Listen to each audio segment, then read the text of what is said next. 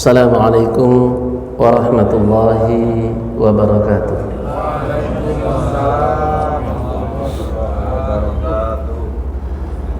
Alhamdulillah.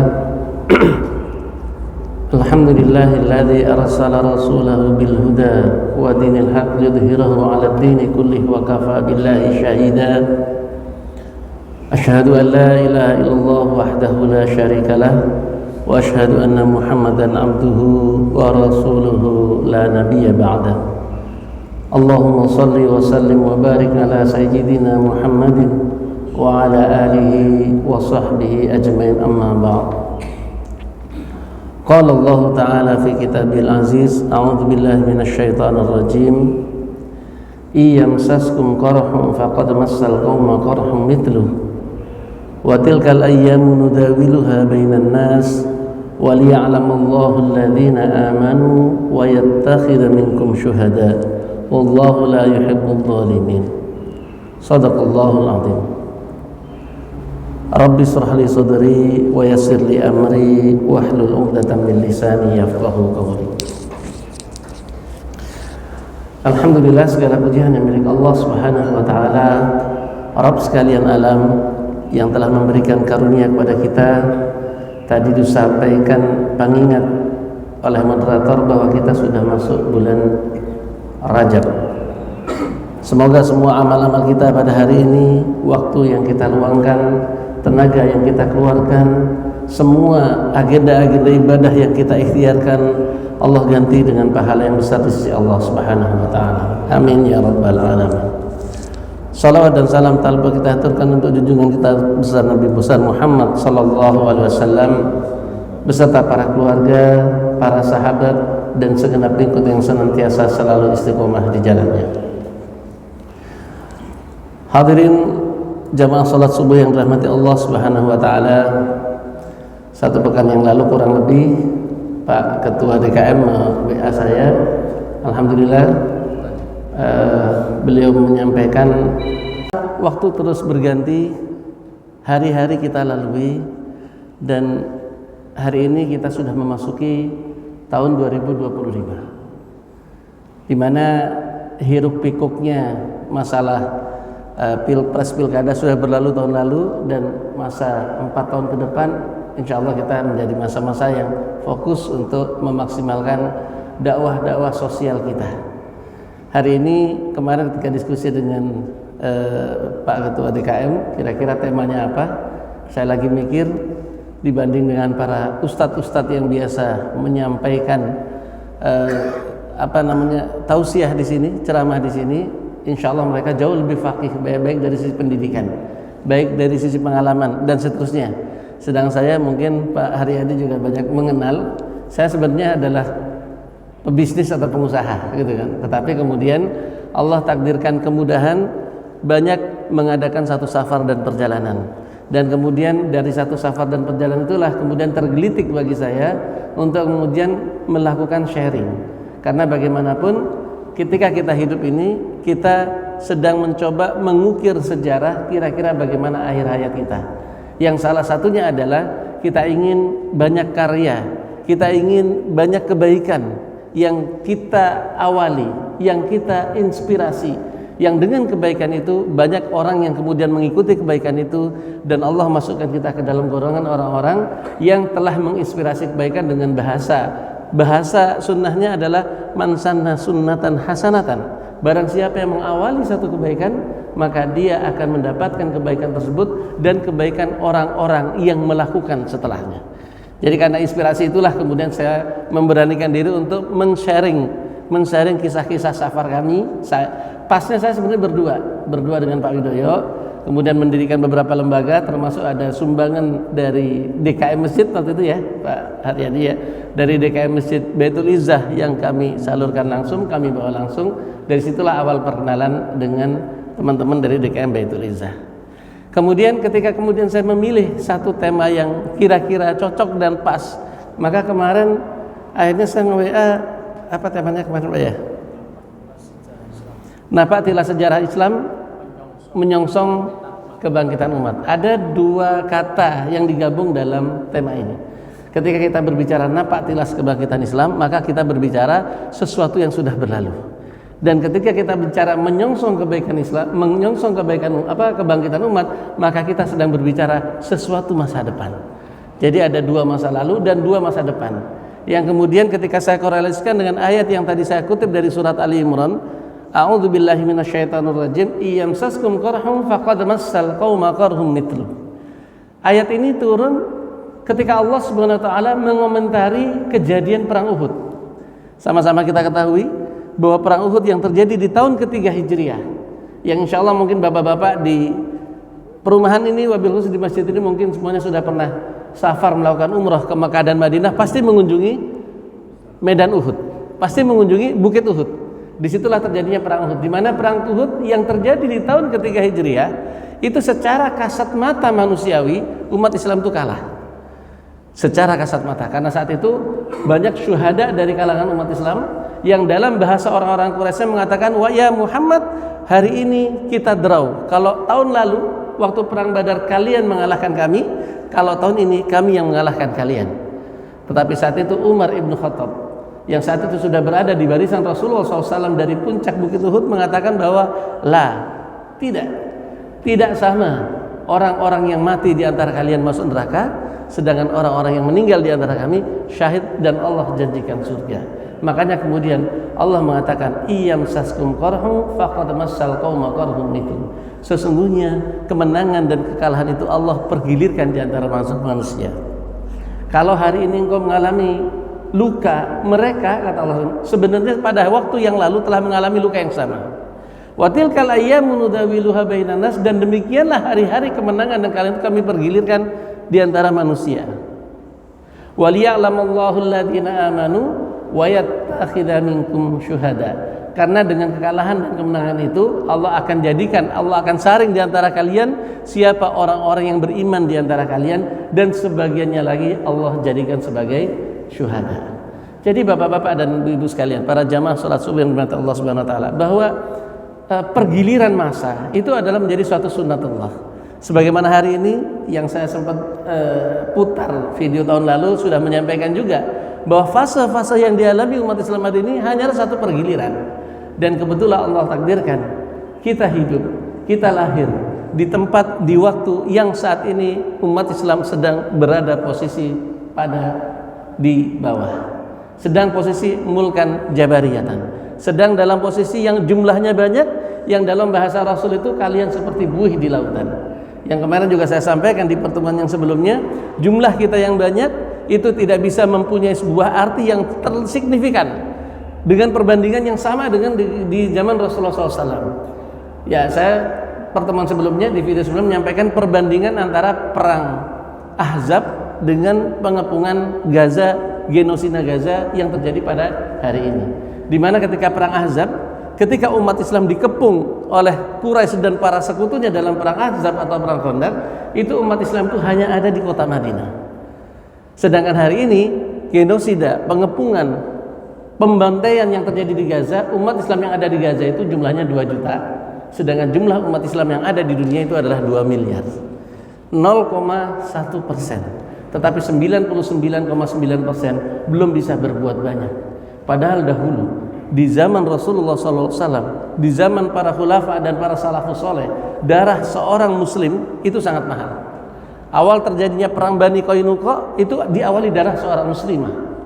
Bahkan dalam kekhilafan siapa itu mengirim pasukan karena lagi karena darah satu orang muslim.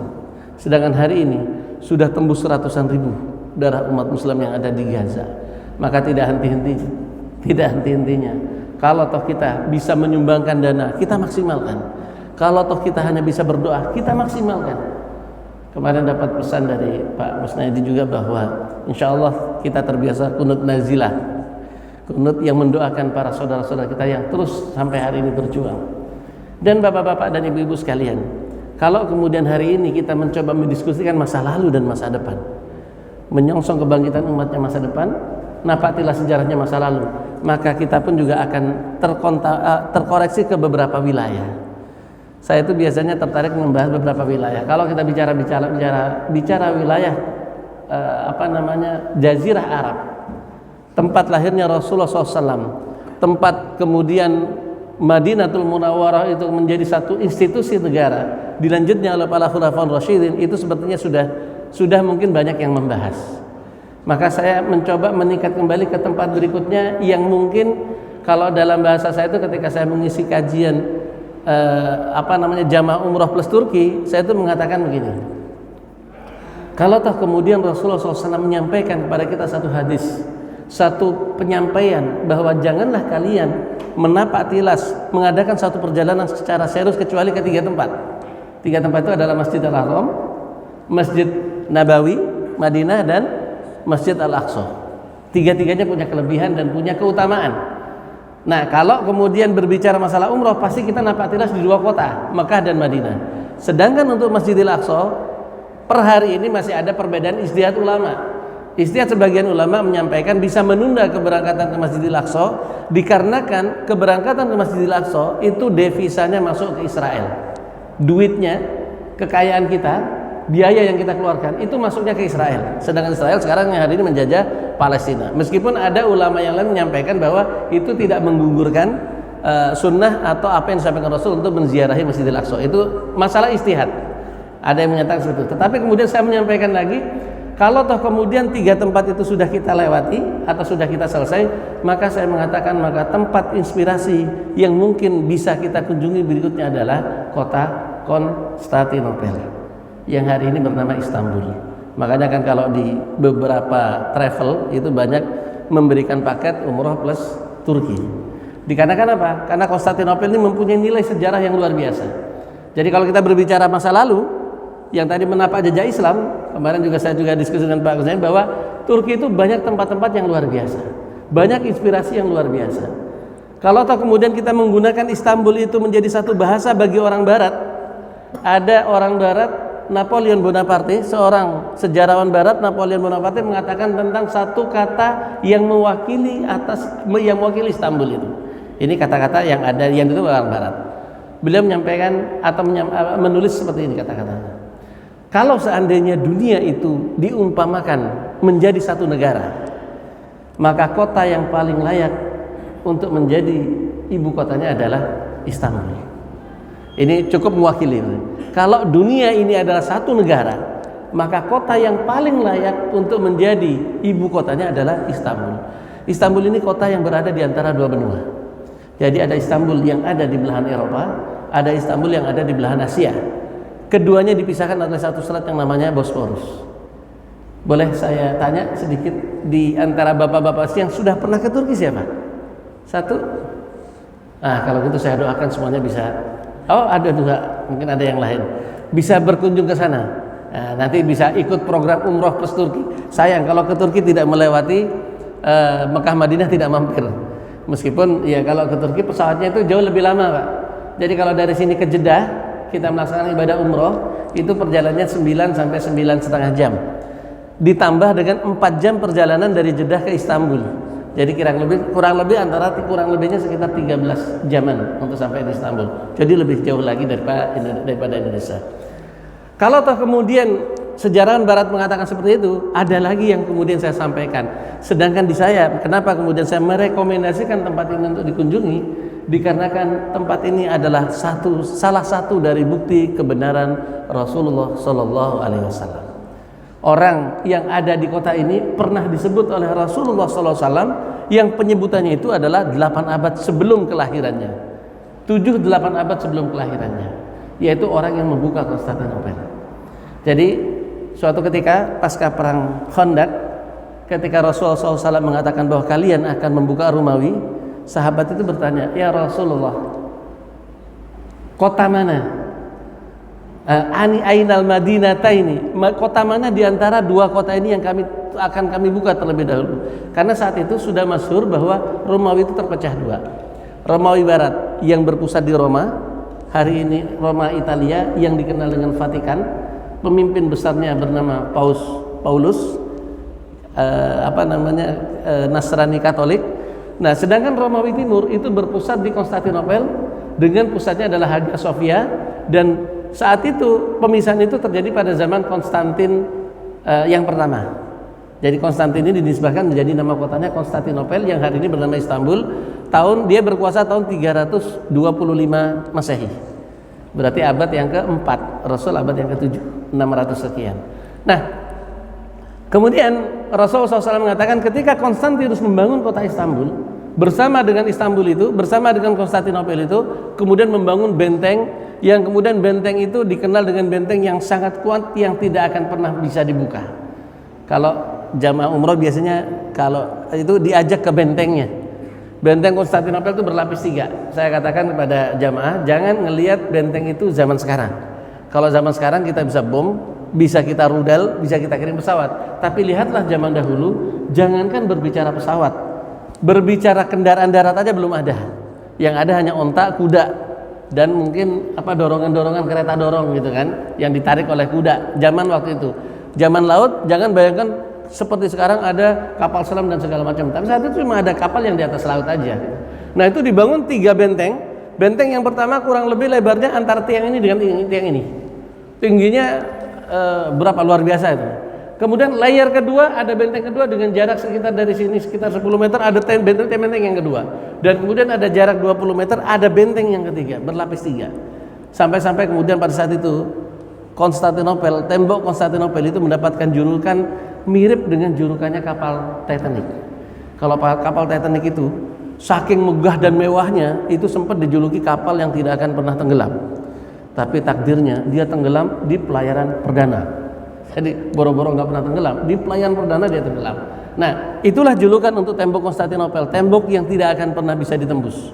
Dan selama 14 abad, dari kekuasaan Konstantinus I abad yang ketiga sampai dibuka oleh Muhammad Al-Fatih 1453, 11 abad.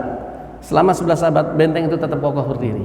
Dan disinilah kemudian ketika Rasul ditanya oleh sahabatnya tadi, Ainal Madinata ini, di antara 2 kota ini, di antara 2 imperium ini, mana yang kami buka terlebih dahulu?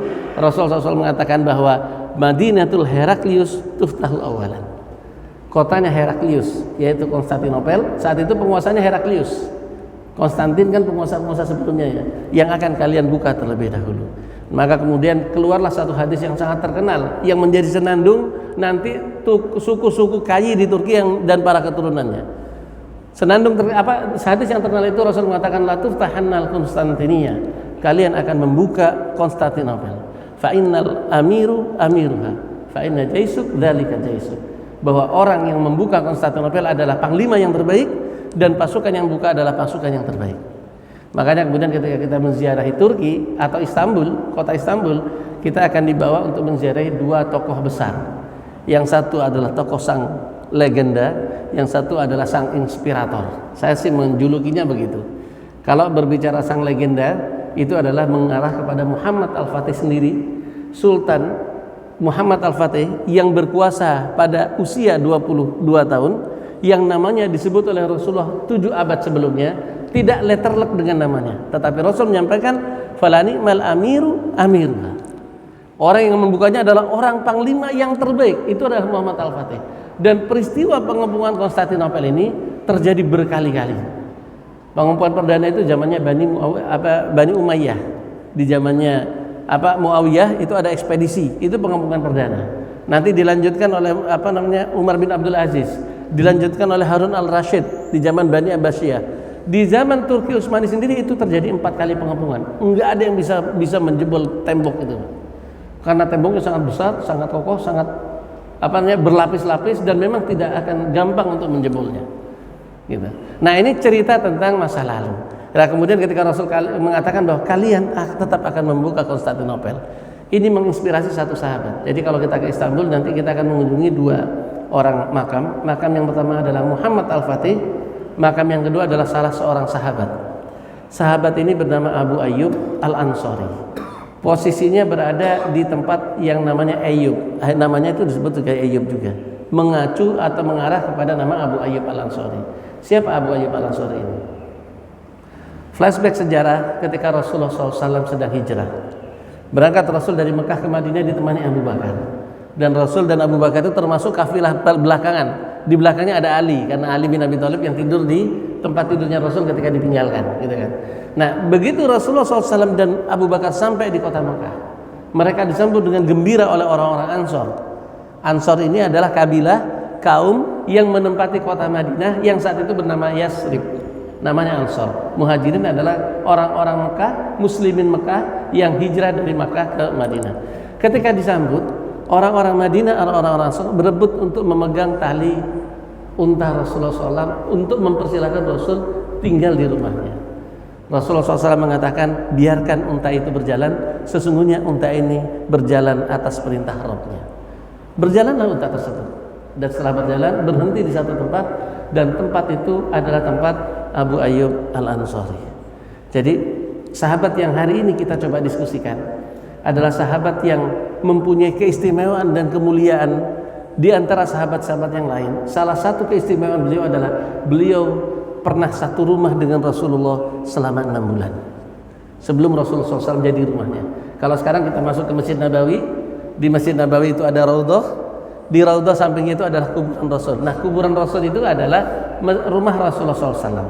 Jangan ditanya, kok rumah Rasul jadikan masjid? Enggak, dulunya enggak masjid. Itu karena perluasan terus akhirnya masuk ke area masjid. Dulunya bukan masjid. Masjid dulu Madinah ya sebesar kecil, yang sebesar mungkin sebesar mimbar mihrabnya itu, baru di samping masjid rumah Rasulullah SAW. Dikarenakan tuntutan jumlahnya jamaah yang sedemikian banyak, akhirnya terus mengalami perluasan sehingga sekarang makam Rasul, makam Abu Bakar, makam Umar itu sudah masuk dalam area masjid.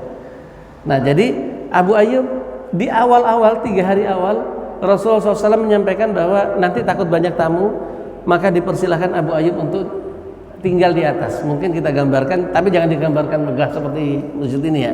Ya mungkin rumah Abu Ayyub ada 2 tingkat gitu ya. Itu Abu Ayyub menceritakan bagaimana kekhawatiran dia mengganggu Rasul. Nah, mana di atas kan kalau jalan takut ada debu yang jatuh. Ya kan, kalau sekarang kan beton nggak ada debu ya. Kalau dulu takut ada debu, takut berisik dan seterusnya. Sampai di hari yang ketiga Abu Ayyub Al-Ansari menghadap kepada Rasul, "Ya Rasulullah, kami nggak mungkin bisa tinggal di atasnya engkau." Kalau dalam bahasa Indonesia dan ketimurannya apa? Ndak elok, ndak etis, kurang sopan gitu. Kira-kira begitulah. Ya Rasul, kami nggak mungkin bisa tinggal di atasnya engkau. Maka bertukarlah Rasul berada di atas dan Abu Ayyub berada di bawah. Bapak-bapak dan ibu-ibu sekalian, inilah keutamaan Abu Ayyub, sahabat yang hidup bersama dengan Rasulullah SAW dalam satu rumah selama 6 bulan. Itu kemuliaan Abu Ayyub. Bisa kita bayangkan gimana ceritanya Abu Ayyub Al-Ansari bisa dimakamkan di Konstantinopel, bisa hadir di Konstantinopel. Nah, ini kembali kepada flashback sejarah bagaimana kemudian Abu Ayyub itu sangat meyakini ketika Rasul mengatakan bahwa kalian akan membuka Konstantinopel. Jadi kisahnya itu berawal ketika zaman Bani Umayyah, Muawiyah memerintahkan satu ekspedisi untuk mencoba membuka Konstantinopel. Panglima perangnya adalah anaknya Yazid bin Muawiyah. Maka menghadaplah Abu Ayyub Al-Ansari kepada Yazid bin Muawiyah. Kenapa menghadap? Karena salah satunya teringat dengan hadis Rasul. Abu Ayyub mengatakan dalam hatinya, bernazam dalam hatinya, jangan-jangan saya termasuk pasukan, jangan-jangan kafilah ini, jangan-jangan ekspedisi ini adalah ekspedisi yang disebutkan oleh Rasulullah SAW ketika beliau masih hidup. Saking percayanya bahwa Konstantinopel akan dibuka. Yang menjadi pertanyaan kepada kita adalah, itu usia Nabi Ayyub berapa ya? Bisa kita bayangin, ketika beliau menjadi satu rumah dengan Rasulullah, dia udah punya istri kan? Sudah dewasa, sudah berkeluarga, hidup bersama Rasul. Sementara ketika Rasul meninggal, kepemimpinan kekhilafan di bawah Abu Bakar, beliau hadir. Berubah kemudian dari Abu Bakar berganti kepada Umar ibn Khattab, beliau ada. Dari Umar bin Khattab, masanya lama di zaman Utsman, beliau ada. Dan terakhir masanya Ali bin Abi Thalib, beliau ada. Hari itu masanya Muawiyah bin Abu Sufyan, beliau masih ada. Lagi mikir berapa usia Abu Ayyub Al-Ansari pada saat itu. Ketika menyongsong satu inspirasi, makanya kemudian saya mengatakan ini adalah sang inspirasi. Kenapa? Dengan usianya yang tidak lagi muda untuk ukuran kita. Bahkan kalau boleh dikatakan di kita mungkin nggak cuma tua, ditambah satu kata lagi, tua rentah, karena saking tuanya. Jadi di nisannya di pemakamannya di Ayyub itu disampaikan makam Abu Ayyub itu saat melakukan ekspedisi usianya 90 tahun. Bisa kita bayangkan kan, bertemu dengan Rasul, bertemu Abu Bakar, bertemu Umar, bertemu Utsman, bertemu Ali, bertemu Muawiyah. Dilakukan ekspedisi, dia mendaftar sebagai pasukan yang ikut dalam ekspedisi itu. Kalau bahasanya Yazid, bahasa kita, kakek mau kemana? Mau kemana? Mau ikut ini bukan jalan-jalan. Ini nggak pakai pesawat. Jangan kita bayangkan, Ustadz, itu kan dari Madinah ke Istanbul kan tadi katanya cuma 4 jam. Itu hari ini. Itu pakai pesawat. Dulu tidak ada pesawat. Pun juga tidak ada bis AC. Bayangkan, naik pesawat kurang lebih 4 jam, 3 jam setengah kurang lebih. Kira-kira dari Jakarta kemana coba? Bapak-bapak yang sering keluar kota coba. Kalau kita Jakarta kemana yang kira-kira jaraknya 3,5 jam? Ke mana? Cirebon pakai ini Pak, pakai darat, pakai pesawat. Hari ini kalau kita dari Jeddah atau dari Arab ke Istanbul naik pesawat itu 3,5 jam. Kemana? Kira-kira ke Maluku, yang kita masuk dalam negeri aja. Kira-kira perjalanannya dari sini ke Maluku. Kira-kira. Ya kalau dari sini ke Makassar kan 2 jam ya, kalau naik pesawat ya bagi yang zirnya. Kalau ke Maluku mungkin 3 jam, 3,5 jam. Ke Maluku Utara atau mungkin ke Sorong, mungkin itu kalau non-stop itu bisa 3,5 jam.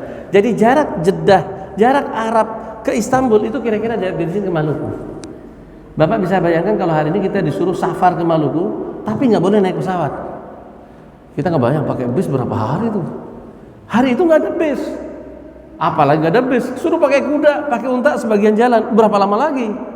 Dan kalau tahu ditanya lagi, medannya bukan medan Indonesia. Indonesia itu masih ada panas, masih ada dingin, masih sejuk. Ini medannya padang pasir.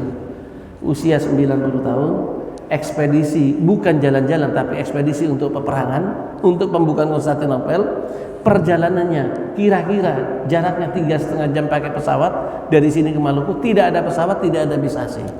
Bisa kita bayangkan. Dan kalau 3,5 jam pakai pesawat itu melewati laut Gaza tuh, laut Marmara. Kalau pakai darat kan nggak bisa motong Pak, harus muter ke Syria, muter ke arah timur ke Irak. Jadi jalannya pasti begini, nggak begini kan, lebih jauh lagi gitu. Nah, pertanyaannya adalah apa sih yang dikejar oleh Abu Ayyub Al-Ansari? Yang dikejar oleh Abu Ayyub tadi adalah ketika Rasul mengatakan falanikmal amiru amiruha falanikmal jaisu dzalika jaisu. Makanya ketika sudah sampai di Konstantinopel terjadi pengepungan. Qadarullah Abu Ayyub ini merasa bahwa ajalnya sudah nggak lama. Kemudian dia meminta kepada Muawiyah bin Abi Sufyan mengatakan bahwa ini kata-kata inspirasi yang nanti akan membangkitkan semangat. Beliau mengatakan bahwa kalau aku meninggal, kuburkan aku di titik terjauh kalian bisa mendekati Konstantinopel. Karena aku ingin mendengar derap langkah kalian ketika memasuki kota itu. Bayangkan kata-kata itu. Saking yakinnya kalian akan masuk kota itu, maka kuburkan aku di titik terjauh. Maka kemudian sejarah mencatat pada hari syahidnya, pada hari wafatnya Abu Ayyub Al-Ansari, malamnya sekelompok pasukan berkuda itu membawa jenazah Abu Ayyub itu ke depan, mendekati benteng Konstantinopel. Setelah titik terjauh yang bisa ditempuh, ya mungkin kalau lebih depan lagi di hujan anak panah kali ya. Habis itu dikeduk kuburan, dikuburkan, habis itu kuburannya hilang. Ya kadang kan nggak ada yang tahu kan. Sampai orang-orang Romawi dalam kesaksian dan beberapa literatur sejarah juga melihat itu. Ada pergerakan pasukan beberapa orang di malam hari bergerak dengan cepat ke depan, tapi habis itu kemudian mereka diam, habis itu balik lagi. Di belakang hari kemudian ketahuan, ngapain tuh? Nguburin sahabat yang punya pesan untuk dikuburkan di titik terjauh. Geleng-geleng mereka. Ini umat Islam udah mati aja pengen ikut perang tuh, Pak.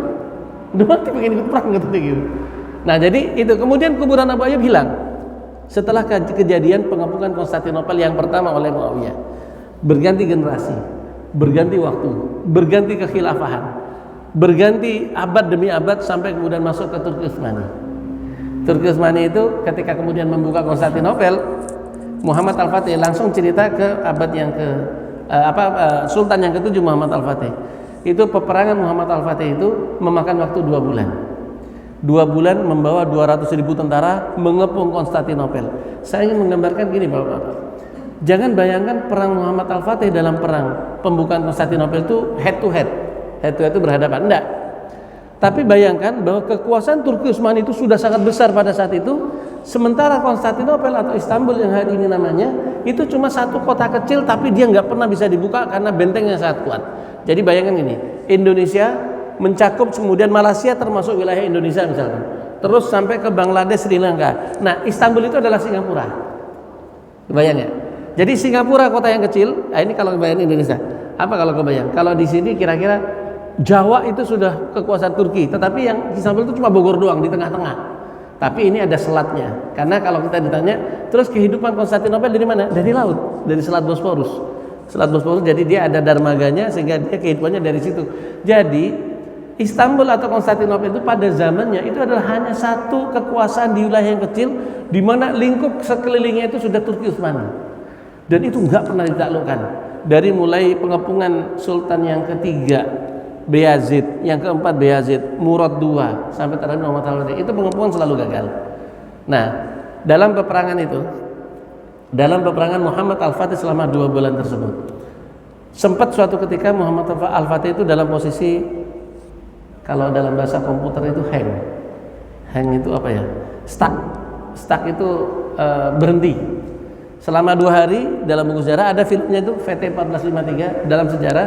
Selama 2 hari Muhammad Al-Fatih diam di dalam tenda, pasukan tidak ada instruksi sehingga pasukannya mulai down.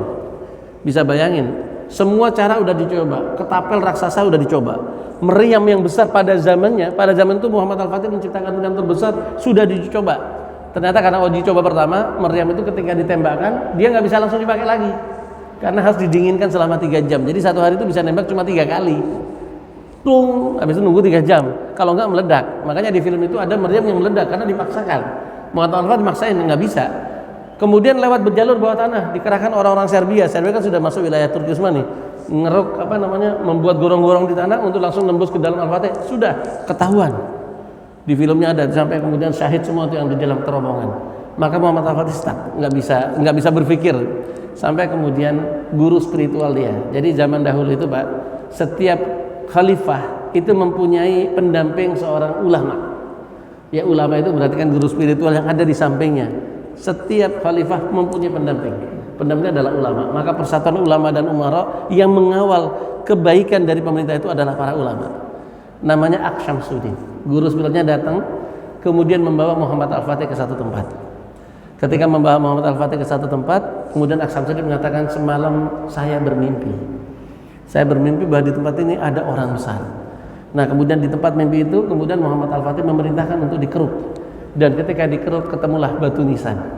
Dan batu nisan itu adalah batu nisan Abu Ayyub Al-Ansari. Jadi kuburan Abu Ayyub itu diketemukan di tengah-tengah peperangan pembukaan Konstantinopel tahun 1453. Itu ada di filmnya.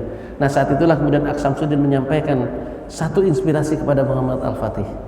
Dia mengatakan, wahai anakku, orang ini sudah tua renta. Maksudnya Aqs Syamsuddin adalah Abu Ayyub Al-Ansari, sahabat yang hari ini dikebumikan di tempat ini, itu sudah tua ketika ikut ekspedisi ini, hanya untuk mengejar cita-cita, hanya untuk mengejar kebenaran hadis Rasul bahwa tembok yang hari ini berdiri megah, yang katanya tidak bisa dibuka, Rasul mengatakan akan kau buka, akan dibuka oleh umat Islam. Dia tua renta tetap sangat bersemangat untuk mengikuti perjalanan ekspedisi ini. Aqs Syamsuddin menyampaikan, wahai anakku, hari ini engkau adalah penguasa Turki Utsmani, sebuah kekuasaan besar. Hari ini engkau membawa 200.000 tentara. Saat itu Aqs Syamsuddin mengatakan, kembalilah kepada pasukanmu, pimpin pasukanmu. Kalau kau tidak bisa membuka Konstantinopel hari ini, maka sepertinya kota ini tidak akan pernah bisa terbuka selamanya. Ini di tengah-tengah kekacauan, kekalutan, hangnya Muhammad Al-Fatih, diberikan satu inspirasi oleh sang guru bahwa kalau engkau tidak bisa membuka hari ini kota ini, kau tidak akan bisa kayaknya kota ini nggak akan bisa terbuka selamanya. Nah, saat itulah kemudian Muhammad Al-Fatih mempunyai satu ide, yang ide itu tidak pernah ada di dalam strategi orang-orang sebelumnya. Satu ide itu gini, saya nggak, kalau ada petanya gampang. Nah, kalau ada petanya, atau mungkin kalau nanti di Istanbul, nah, kalau ikut umroh Istanbul, nah nanti lebih enak lagi tuh.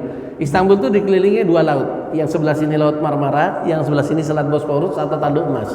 Sebelah depannya itu benteng yang bertembok berlapis riga.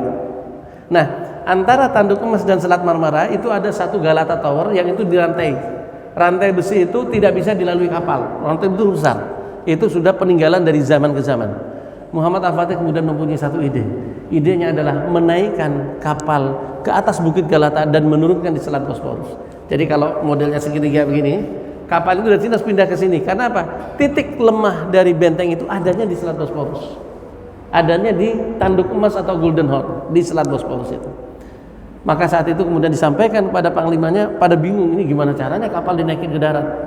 Dan kalau ingin cerita kapal naik ke darat itu ada di sana Museum 1453 yang menceritakan bagaimana Muhammad Al-Fatih menaikkan kapal. Saya jadi ingat peristiwa sejarah beberapa abad sebelumnya dalam perang Persia. Sa'ad bin Abi Waqqas ketika berhadapan dalam perang Qadisiyah dengan tentara Persia di penghujung perang terbesar. Perang Persia itu terbesarnya adalah perang Al-Qadisiyah. Sa'ad bin Abi Waqqas itu membawa pasukan berkuda. Kemudian di hadapannya adalah Sungai Tigris. Orang-orang Persia sudah merasa aman, nggak mungkin jalan ya, ada sungai kok. Takdirullah, Sa'ad bin Abi Waqqas mendapatkan ilham dan memerintahkan seluruh pasukan berkudanya untuk berangkat dan menyeberang sungai. Bisa kita bayangkan pasukan berkuda melewati sungai.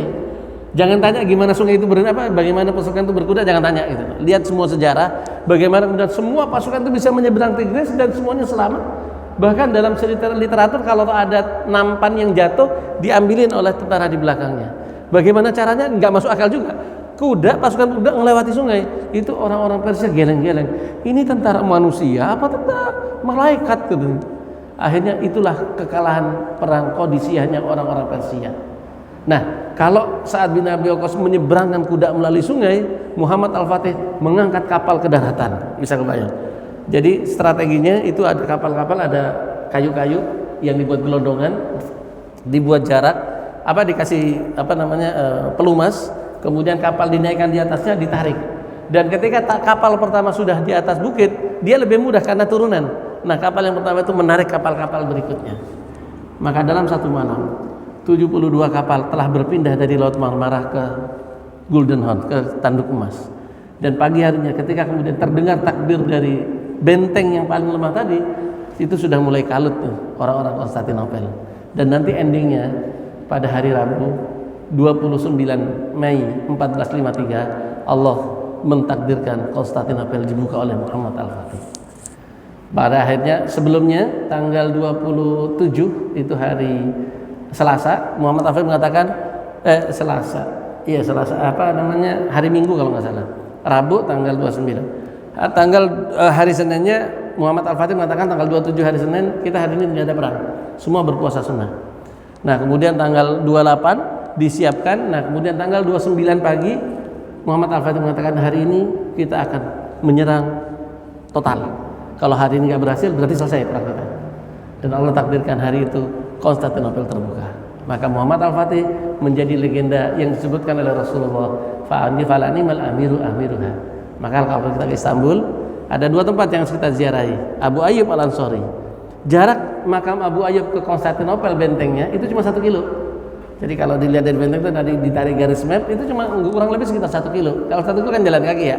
Mungkin saat itu medan perang itu kalau maju dikit ya kena panah gitu. Jadi cuma 1 kilo. Abu Ayyub Al-Ansari sama Muhammad Al-Fatih. Ini kalau kemudian kita berbicara kisah-kisah masa lalu. Dikarenakan apa? Karena ini adalah pembuktian sejarah Rasulullah SAW. Muhammad Al-Fatih membuka Konstantinopel di usia 22 tahun. Ketika dia menjadi sultan, ada sebagian riwayat 23, berarti kan 22 tahun lebih ya. Kalau hari ini kita menilik anak-anak kita, kayaknya usia 22 tahun terkadang masih belum mandiri. Terkadang masih belum bisa menjadi seorang pribadi yang bisa mandiri, yang matang. Pada zaman itu, umur 22 tahun, seorang Muhammad Al-Fatih telah memimpin pasukan, telah menyelesaikan apa yang disampaikan oleh Rasul untuk membuka Konstantinopel. Dan kalau kemudian saya tarik garis lagi, menyongsong kebangkitan umat, berarti kita berbicara masa depan. Dan kalau berbicara masa depan, jujur aja, di pertemuan yang sebelumnya 1 tahun yang lalu saya menyampaikan, saya lebih tertarik untuk menceritakan tentang kondisi kita sebagai negara Indonesia. 1 pekan yang lalu, saya dengan keluarga ngajak jalan-jalan, sebenarnya melintasi sini. Jalan-jalannya nggak jauh karena kita sudah sering jalan-jalan ke Jawa. Saya bilang, kita jalan-jalan ke Sumatera lah. Sumatera, cuma kan bawa keluarga di mobil, liburan cuma 2-3 hari, nyebrang lewat sini ke Sumatera. Dan ketika ke Sumatera, saya bilang biasakan ketika kita sedang jalan, kita kemudian mulai bisa menziarahi orang-orang penting, orang-orang besar yang pernah hadir di tempat kita safar. Maka ketika safar itu, kebetulan waktu itu malam saya pengen menziarahi Sultan Ageng Tirtayasa. yang ada di Serang ke arah utara. Cuma waktu itu kejar-kejaran sama kapal, karena ngejar akhirnya bablas langsung. Nah, pulangnya kemalaman juga, jadi nggak bisa mampir. Tapi begitu masuk ke Lampung, saya saya kemudian menziarahi pahlawan Lampung. Siapa pahlawan Lampung? Raden Inten yang kedua. Dan ketika saya baca literatur sejarahnya, luar biasa. Raden Inten kedua itu adalah keturunan dari Sunan Gunung Jati. Beliau naik tahta di usia 16 tahun. Beliau berjuang melawan Belanda selama 6 tahun. Beliau syahid di usia 22 tahun. Bisa kita bayangkan. Jadi kalau di Turki ada seorang sultan besar yang bernama Sultan Muhammad Al-Fatih membuka Konstantinopel di usia 22 tahun, di Lampung ada seorang sultan yang dikenal namanya Raden Inten II, mungkin gak dikenal sultan karena masih muda kali. Yang naik tahta di usia 16 tahun, dia mengangkat senjata, berperang melawan penjajah selama 6 tahun sampai Allah dijadikan dia seorang syahid ketika dia diadu domba oleh Belanda dengan saudaranya. Sama Sultan Ageng Tirtayasa juga dikhianati oleh anaknya. Jadi kalau bapak-bapak yang hidup di Tangerang nggak tahu sejarah Banten, aduh, harus banyak istighfar. Kalau perlu sebelum jalan-jalan main dulu, silaturahim, ziarah dulu ke Sultan Ageng Tirtayasa. Sama usianya 22 tahun, tetapi Raden Inten II telah berjuang sejak usia 16 tahun. Hari ini diabadikan nama bandara kalau kita turun di Lampung, bandaranya apa? Raden Inten II. Itu adalah pahlawan Lampung. Dan kalau kemudian kita tarik garis sejarah, jangankan itu. Jadi kalau kita berbicara orang-orang di luar di Turki, saya ingin meneruskan satu kajian sedikit tentang keindonesiaan. Karena kita berbicara masa depan, yang melanjutkan kajian 1 tahun yang lalu atau pasca setengah tahun yang lalu berbicara masuk Islamnya Indonesia.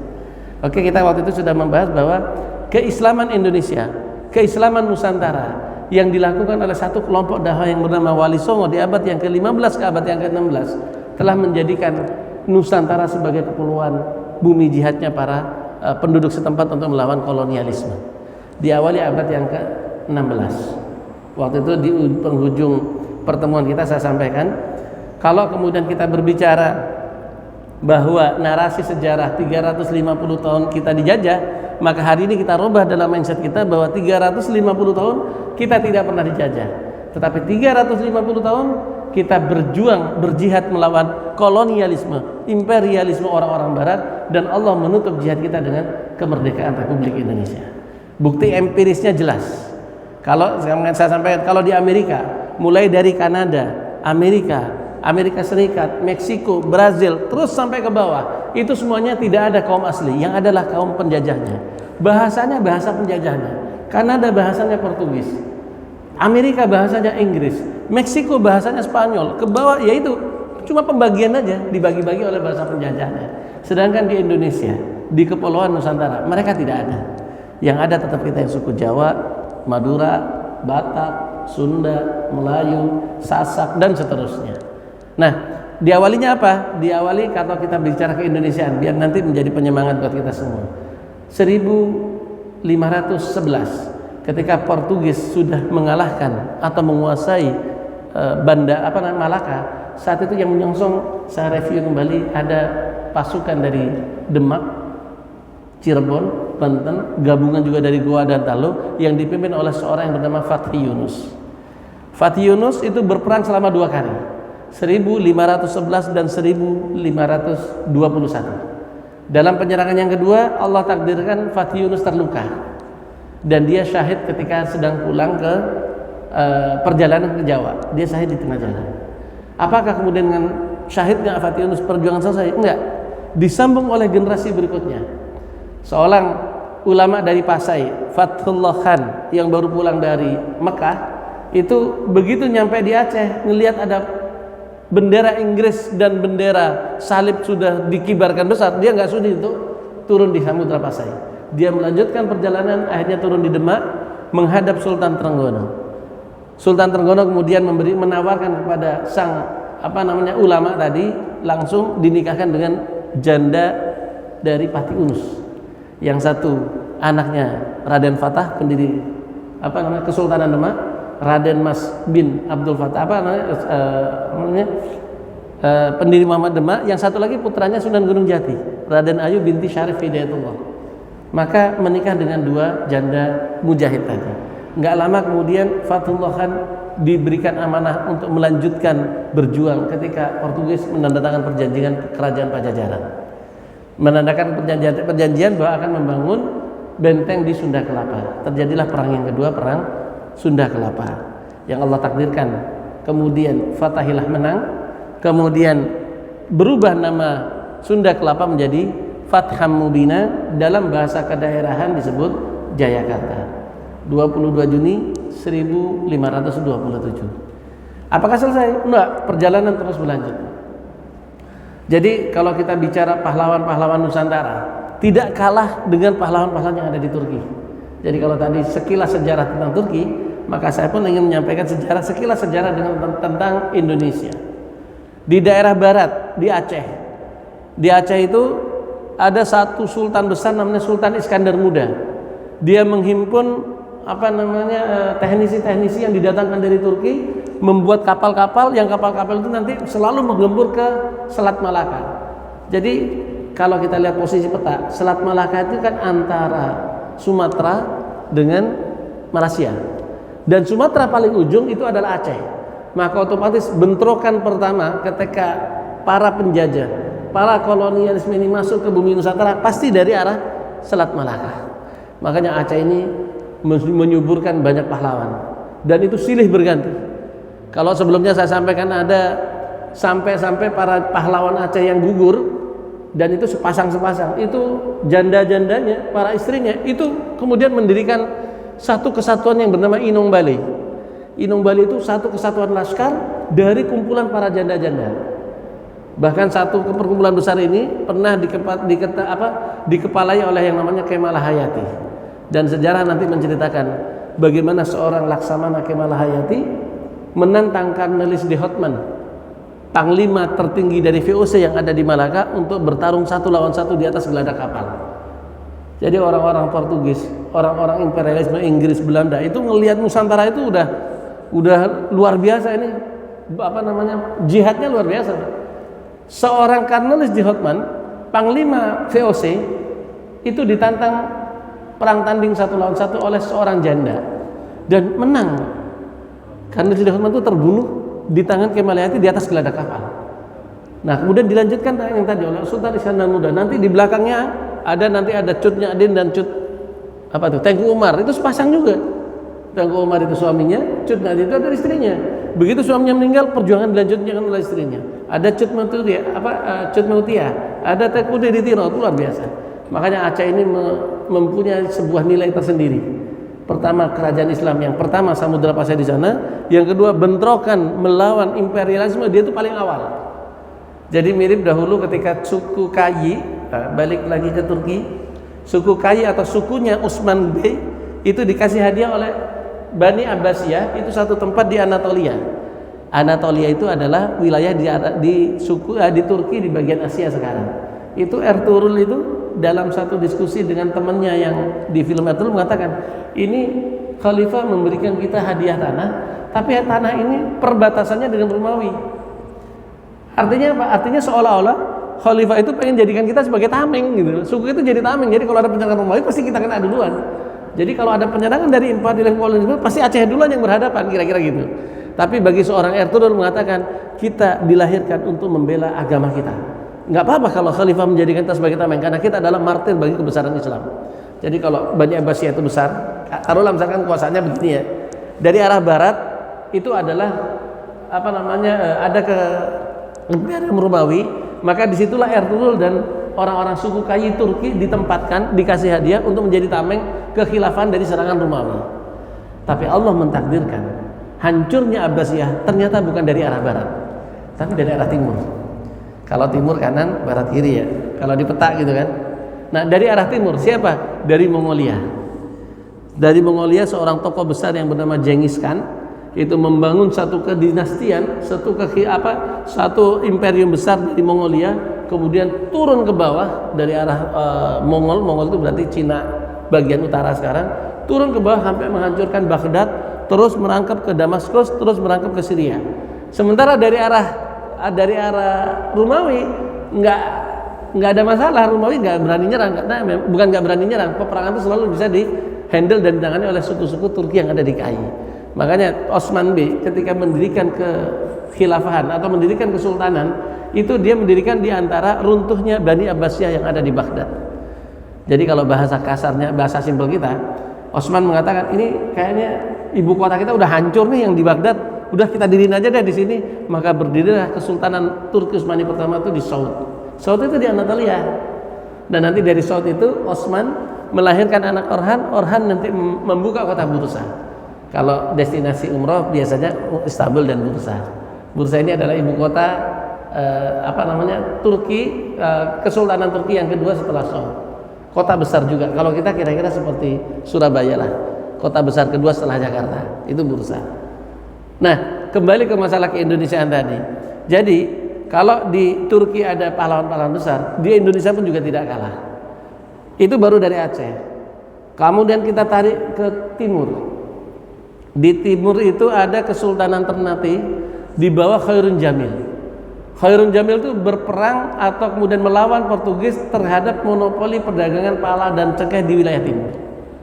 Sampai kemudian seperti biasa Portugis mengadakan satu perundingan, undangan untuk perundingan di namanya itu Castella. Ternyata setelah diundang mereka berkhianat. Ketika pulang Khairun Jamil ditikam, dicungkil jantungnya.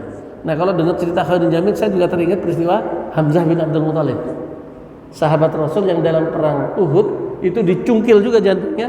Nggak cukup dicungkil, dimakan sama Hindun. Makanya Hindun ini termasuk orang yang Rasul katakan di dalam satu deklarasi pada saat Fathu Mekah, ada 10 orang yang tidak diampuni. Tidak diampuni itu vonisnya, kalau bahasa Indonesia vonisnya mati nih. Mau ketemu di mana, hatta seandainya dia bergelantungan di kiswah Ka'bah sekalipun, vonisnya adalah hukuman mati. Salah satunya adalah Hindun. Tapi pernyataannya dari 10 orang itu ternyata banyak yang selamat. Apa yang buat mereka selamat? Karena masuk Islam. Termasuk anaknya Muawiyah, anaknya Muawiyah. Siapa itu ya? Nah, itu juga masuk Islam. Jadi ketika Hindun masuk Islam, akhirnya nggak jadi vonis hukum mati, kan nggak boleh membunuh sama Muslim. Makanya ketika dia meminta maaf kepada Rasul, Rasul memaafkan, tapi Rasul mengatakan, tapi saya minta permintaan kepada engkau. Kalau bisa, kalau aku lewat, jangan kelihatan saya. Karena Rasul juga manusia. Setiap melihat Hindun, dia pasti teringat Hamzah. Dan kalau dia teringat Hamzah itu terbunuhnya dianiaya. Ya kalau orang terbunuh mati selesai. Orang Islam nggak boleh menganiaya mayat. Kalau Hamzah itu dicungkil jantungnya, dibawa ke Makkah, dimakan di Makkah. Kalau kita balik cerita Hamzah nanti panjang. Tetapi kalau cerita tentang Khairun Jamil tadi, Khairun Jamil itu dikhianati oleh Portugis, dicungkil jantungnya. Nah, kemudian Portugis pikir perjuangan selesai. Tetapi ternyata tidak. Begitu berita itu terdengar oleh anaknya yang kemudian naik tahta menggantikan ayah yang bernama Sultan Ba'abullah. Dia kemudian mengenakan baju satin berwarna putih, berlumuran merah melambangkan darah ayahnya. Dia mengangkat satu sumpah yang dikenal dengan sumpah soya-soya. Sumpah yang akan memerangi Portugis, yang akan menghabiskan waktunya untuk melawan penjajah Portugis yang saat itu menguasai daerah timur Indonesia. Maka sejak itu perlawanan dilakukan oleh Sultan Ba'abullah dan luar biasa dahsyatnya. Portugis semua bentengnya bisa dikuasai dalam waktu yang sangat singkat. Makanya kalau kita ke Ternate, sampai di bandaranya apa? Sultan Ba'abullah. Jadi pokoknya kalau kita udah nyampe bandara Sultan Ba'abullah, lah itu berarti udah pasti kekuasaan Islam. Sultan Ba'abullah itu dikenal juga sebagai sultan yang menguasai 72 jazirah. Kekuasaannya dari Mindanao. Mindanao itu mana? Malah Filipina. Coba dilihat, dibayangkan kekuasaan timur ya, kepulauan timur. Dari Mindanao terus ke bawah, Sulawesi Utara, Goa, Talu, Sulawesi Tengah, Sulawesi Tenggara, sampai ke bawah lagi, Sumbawa, apalagi Bima, Pulau Rote Timur, itu kekuasaannya sampai ke Raja Ampat. Kekuasaan Sultan Ba'abullah. Dan maka dia dikenal sebagai penguasa 72 jazirah. Sepanjang hidupnya dia melawan Portugis, yang akhirnya Portugis disisakan cuma satu di wilayah bagian timur dari Pulau Timor, yang hari ini dikenal dengan Timur. Itu sisa yang disisain oleh Ba'abullah sudah disuruh situ aja. Dan saat itu Ba'abullah mengislamkan semua orang-orang semua suku-suku dari mulai Kesultanan Goa, Jailolo, Talu, kemudian semua diislamkan oleh Sultan Ba'abullah. Itu adalah nenek moyang kita. Kalau kita balik lagi ke barat, di abad berikutnya dari Jawa Tengah ada namanya Sultan Agung, siapa? Hanyongkrokusumo, atau lebih dikenal dengan Sultan Agung dari Mataram. Dia melakukan penyerangan 2 kali ke Batavia. Saat itu Batavia sudah dikuasai oleh Belanda.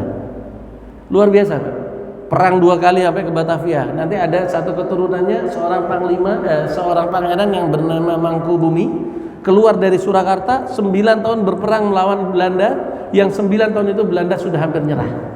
Akhirnya mendatangkan seorang juru runding dari Turki. Saat itu Kesultanan Mataram ini sangat adim ke Turki, karena dia mendengar kan dari Turki gitu kan. Nah, kemudian didatangkan juru runding dari Turki, akhirnya kemudian ada berhenti itu perang.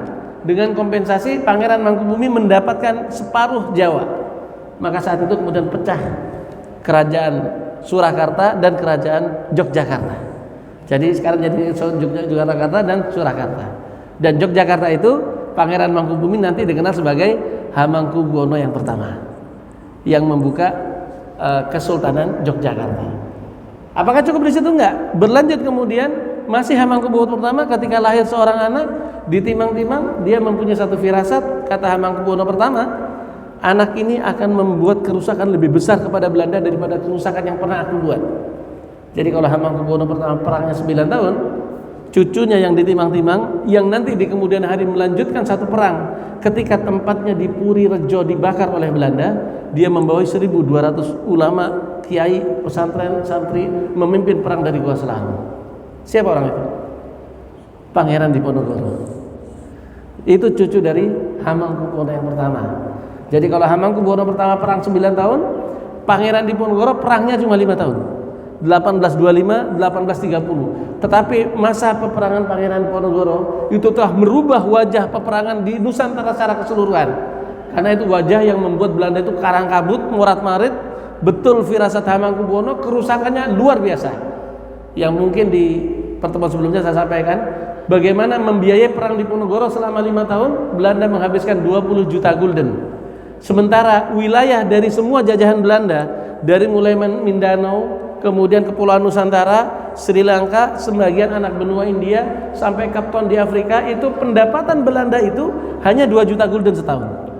Jadi kalau pendapatannya 2 juta gulden dari seluruh wilayah jajahannya, selama 5 tahun cuma dapat 10 juta. Sementara untuk membiayai 5 tahun Diponegoro, dia menghabiskan 20 juta, defisit 2 kali lipat. Bangkrut benar Belanda itu, bangkrut menghadapi Diponegoro itu. Akhirnya apa? Dikhianati lagi dalam perjanjian Magelang. Seperti itulah pengkhianatan Belanda. Jadi dengan bahasa semua nanti kita akan ceritakan bagaimana sejarah-sejarah mencatat pahlawan itu semuanya dikhianati. Itu kalau asal-usul ceritakan itu bangku di Magelang, tempat perundingannya itu sampai retak karena tangan Diponegoro sampai saking marahnya ketika dikhianati. Akhirnya Pangeran Diponegoro dibuang.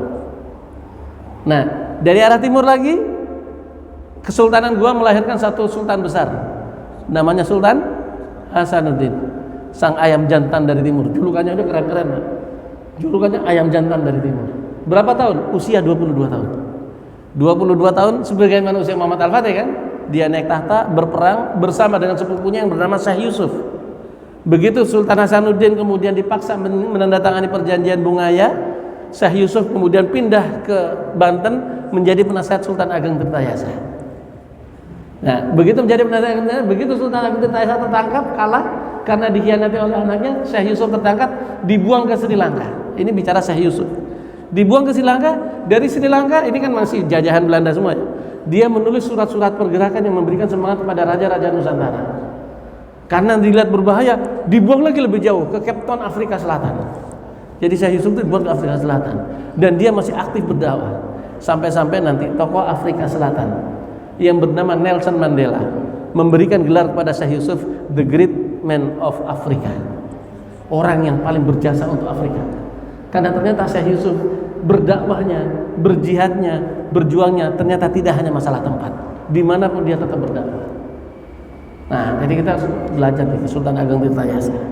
Belum lagi kalau kemudian kita naik dikit di Perang Padri itu, Padang. Di Padang, Tuanku Imam Bonjol kemudian berkoalisi dengan kaum adat melawan para penjajah. Naik dikit nanti ada Sultan Badaruddin II di Palembang. Bandaranya Bandara Sultan Badarudin II. Naik dikit di Jambi ada Sultan Muhammad Toha. Sultan Muhammad Toha, bandara Jambi apa? Bandara Sultan Muhammad Toha. Sultan Muhammad Toha itu 46 tahun bergerilya, berjihad melawan penjajah, nggak pernah ketangkap. Pertanyaannya 46 tahun. Berarti kan dia nggak mungkin kan usia 10 tahun berjihad, masih kecil kan? Dia menjadi sultan habis itu berjihad melawan Belanda 46 tahun nggak pernah ketangkap. Dia itu meninggal syahid di pengepungan terakhir itu di usia 88 tahun. Jadi kalau tadi Abu Ayyub Al-Ansari usianya 90 tahun, Sultan Muhammad Toha itu berjihad selama 46 tahun, tidak pernah ketangkap, gugur di pertempuran terakhir di usia 88 tahun. Seberapa kuat dia berjihad?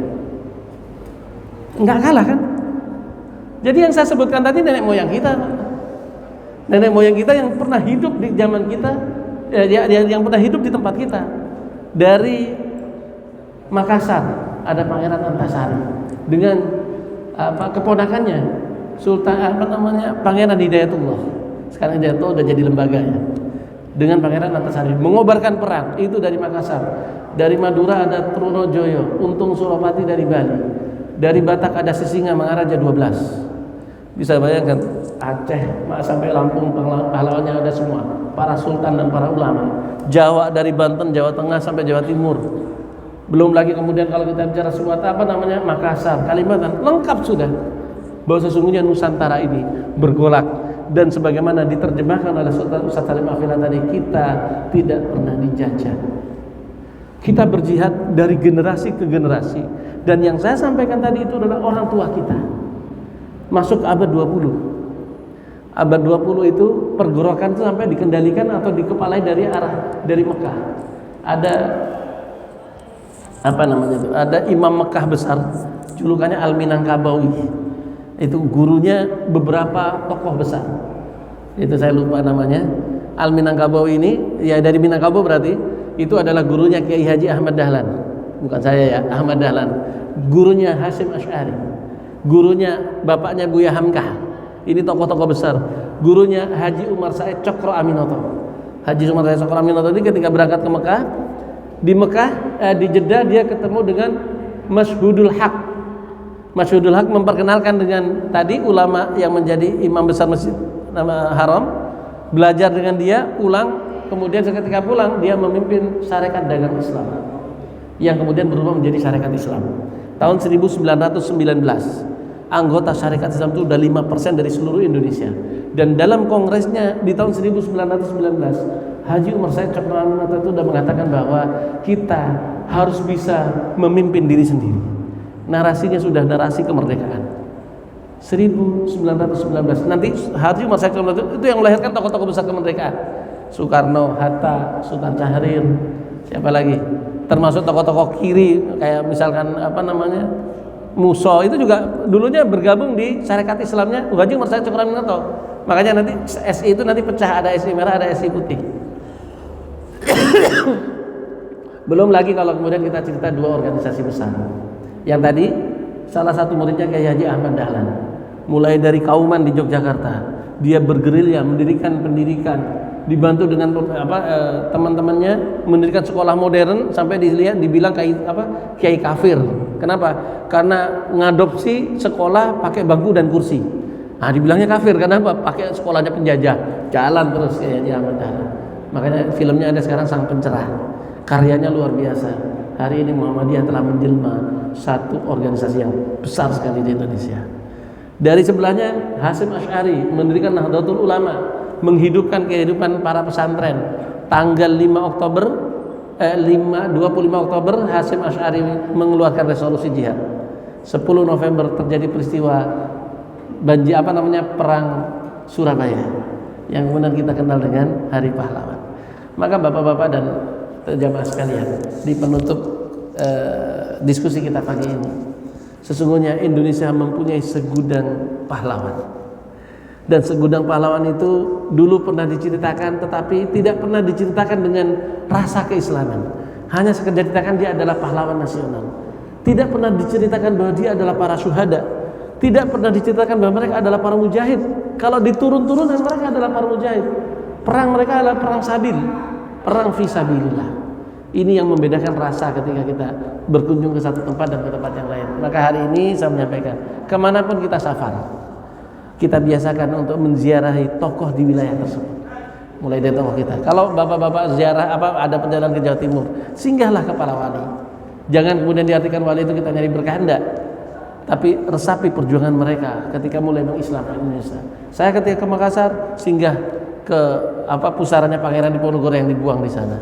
Ke Manado tempat dibuangnya juga beliau. Jadi kita singgah aja tokoh-tokoh itu, dan mereka adalah para pejuang-pejuang. Mereka adalah syuhada dan kakek buyut kita yang ada di Indonesia. Hari ini tinggal kita mengisinya. Hampir 1 abad Indonesia merdeka. 45, hari ini 25. Berarti berapa tuh? Sudah 80 tahun. 80 tahun kita merdeka sejak 1945. Bagaimana kemudian kita menimbulkan keindonesiaan kepada anak cucu kita, sehingga kita bisa menorehkan karya yang lebih besar untuk negeri kita. Akhirul kalam, kata-kata terakhir adalah jangan pernah kita berhenti untuk mencintai Indonesia. Al-haqqu min rabbik fala takunanna minal mumtarin. Assalamualaikum warahmatullahi wabarakatuh. Allah